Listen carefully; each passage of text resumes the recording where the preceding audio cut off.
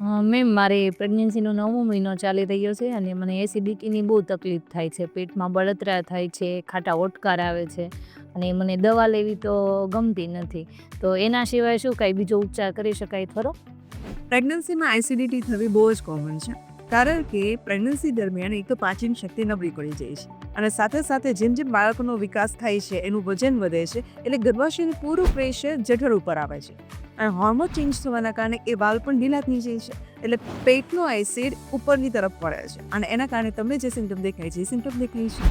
હવે આને કેવી રીતે મેનેજ કરવું? તો સૌપ્રથમ ડાયટરી મેનેજમેન્ટ આપણે કરી શકીએ. એટલે કે જ્યારે પણ તમને ભૂખ લાગે છે અને તમે જમવા બેસો છો, તો એક સાથે જ પેટ ભરીને નથી જમી લેવા. તમને ભૂખ લાગી હોય એના કરતાં 1 થી 2 કોળિયા ઓછા જમવાના છે.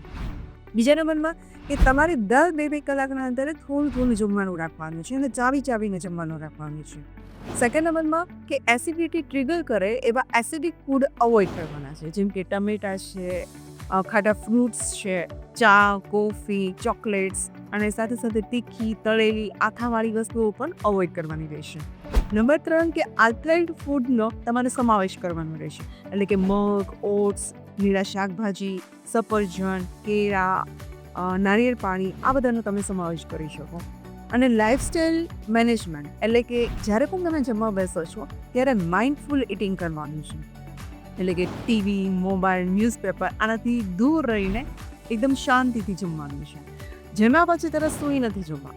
જમવાના અને આરામ કરવાના વચ્ચે કમસે કમ 2 કલાકનો ગેપ હોવો જોઈએ અને જ્યારે પણ તમે સૂવો છો ત્યારે માથાનો ભાગ થોડો ઉપરની બાજુમાં રહે એ રીતે, અને બને ત્યાં સુધી ડાબી બાજુ પડખું કરીને સૂવાનું રાખવાનું, જેમાં પછી તમે વજ્રાસન પણ કરી શકો છો અને થોડું હળવું વોક પણ કરવા માટે જઈ શકો છો.